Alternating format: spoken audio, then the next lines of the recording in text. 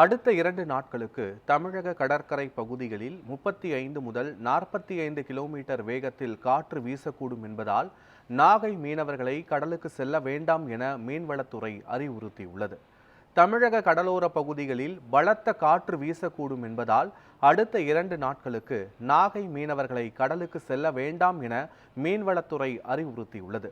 61 நாட்கள் மீன்பிடி தடைக்காலம் முடிந்து மீண்டும் கடலுக்கு செல்ல இருந்த மீனவர்களுக்கு இந்த அறிவிப்பு பெரும் ஏமாற்றத்தை அளித்துள்ளது. அரசால எங்களுக்கு மீன் உற்பத்திக்காக 60 நாள் தடைக்காலம் விதிச்சிருந்தாங்க. அந்த தடைக்காலத்தில் நாங்கள் போட்டு எல்லாம் வேலை பார்த்து தயார் பண்ணி ஏகப்பட்ட செலவு பண்ணி இப்போ இப்போ தடைக்காலம் முடிஞ்சு இன்னைக்கு நாங்கள் கடலுக்கு போனோம். அதுக்காக ஆயத்தம் பண்ணிலாம் நாங்கள் ஐசி டீச்சர் எல்லாம் ஏற்றி ரெடியாக நிறுத்திருந்தோம்.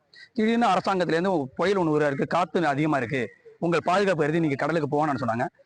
நான் அரசாங்கம் சொல்றது சரிதான், நாங்கள் இந்த நேரத்தில் போகும்போது பாதுகாப்பு சொல்லி இன்னைக்கு நாங்கள் கடலுக்கு போகல. நாங்கள் மறு அறிவிப்பு சொல்லுவோம், அப்போ நீங்கள் கடலுக்கு போகணும்னு சொன்னாங்க. நாங்களும் அலௌன்ஸ் பண்ணி ஊர் சார்பாக அலௌன்ஸ் பண்ணி யாரும் கடலுக்கு போக வேணாம், நம்ம பாதுகாப்பு கருதி கடலுக்கு போகணும்னு எல்லாம் இருக்கிறோம். இதனால ஏகப்பட்ட செலவு பண்ணி ஒரு போட்டுகளுக்கு நிறைய செலவு பண்ணி வச்சுட்டோம். இதனால எங்களுக்கு கொஞ்சம் கஷ்டம் தான், நஷ்டம் நிறைய தான் இருக்கு. இருந்தாலும் எங்கள் பாதுகாப்பு அரசாங்கம் சொன்னதுனால அதை நாங்கள் ஏற்றுக்கிட்டு இன்னைக்கு நாங்கள் கடலுக்கு போகல. மறு அறிவிப்பு வர்றப்போ நாங்கள் எல்லாரும் கடலுக்கு போவோம்.